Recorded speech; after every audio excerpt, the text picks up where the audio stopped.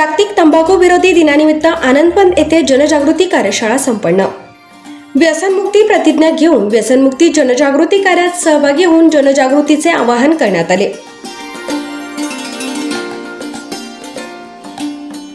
नंदुरबार येथील भाग्य चैतन्य बहुउद्देशीय सेवाभावी संस्था संचलित सामाजिक न्याय व अधिकारिता मंत्रालय, भारत सरकार मान्यताप्राप्त आनंदवन व्यसनमुक्ती उपचार व पुनर्वसन केंद्र आणि नवनिर्माण सर्व समाज हितार्थ संस्था यांच्या संयुक्त विद्यमाने जागतिक तंबाखू विरोधी दिनानिमित्त तंबाखू व दारू व्यसनमुक्ती जनजागृती कार्यशाळेचे आयोजन करण्यात आले। हा कार्यक्रम आनंदवन व्यसनमुक्ती केंद्र येथे उत्साहात संपन्न झाला।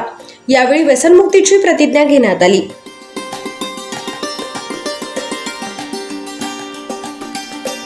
कार्यक्रमाच्या अध्यक्षस्थानी दैनिक लोकमतचे नंदुरबार जिल्हा मुख्य संपादक रमाकांत पाटील हे होते। प्रमुख पाहुणे म्हणून सामाजिक कार्यकर्त्या व सहयोगिता सामाजिक संस्थेच्या अध्यक्षा सुलभा महिरे, नवनिर्माण संस्थेचे अध्यक्ष रवी गोसावी तसेच भाग्य चैतन्य बहुउद्देशीय सेवाभावी संस्थेचे अध्यक्ष डॉक्टर मधुकर देसले हे उपस्थित होते।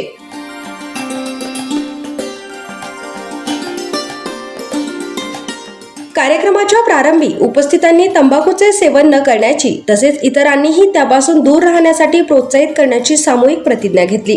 डॉक्टर मधुकर देसले यांनी आनंदवन व्यसनमुक्ती केंद्राच्या विविध उपक्रमांची माहिती देत व्यसनमुक्तीच्या क्षेत्रातील कार्याचा आढावा सादर केला। नवनिर्माण संस्थेचे अध्यक्ष रवी गोसावी यांनी तंबाखूमुक्त समाज निर्मितीसाठी सर्वांनी पुढाकार घेण्याचे आवाहन केले। तसेच तंबाखू सेवनामुळे होणारे गंभीर आरोग्यविषयक दुष्परिणाम, कर्करोगासारख्या जीवघेण्या आजारांचा धोका तसेच युवकांमध्ये वाढणाऱ्या व्यसनाधीनतेबाबत सविस्तर मार्गदर्शन केले। अध्यक्षीय भाषणात रमाकांत पाटील यांनी व्यसनमुक्तीसाठी सेवाभावी संस्था करत असलेल्या कार्याचे कौतुक केले।